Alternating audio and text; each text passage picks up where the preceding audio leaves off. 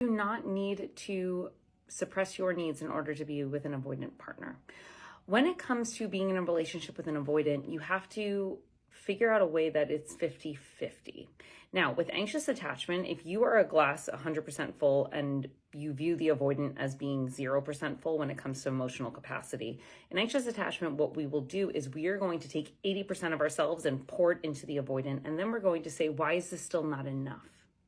When you are dating an avoidant, you have to allow them to fill themselves up with who they are as they are. And I use the word allow because when it comes to anxious attachment, we can get really overeager. The anxiety kicks in and we say, okay, I don't want to wait for my partner to show up for me. I don't want to wait to see what they're going to do. So instead, I'm going to set traps, or I'm going to put out obstacles, or I am going to lead with the subconscious and kind of lay out all of these things that I expect them to do. But oh, by the way, I'm not going to tell them.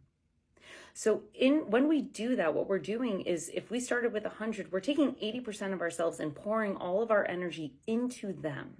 Now they become 80% filled up. So what drive or motivation do they have to fill themselves up with who they are as they are and then try to be enough for their partner? When you are in a relationship with an avoidant, you have to pull back. It's one of the really frustrating parts about being in a relationship with an avoidant. You want to go in and you want to kind of fill them up with who you are as you are, to say that this is enough. Don't worry, I will be enough for you.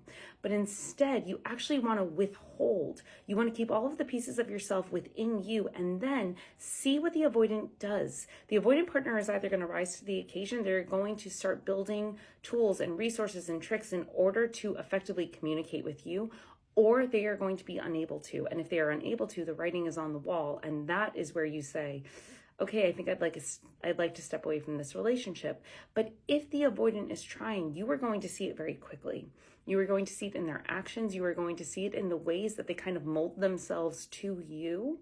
And these are really subtle things that you have to keep an eye out for, because if we are in a heightened anxious state, if we are saying like, I'm doing everything, why aren't you doing enough for me? We're going to miss their cues. We're going to miss the signals and the actions that they've taken to try to participate in the relationship.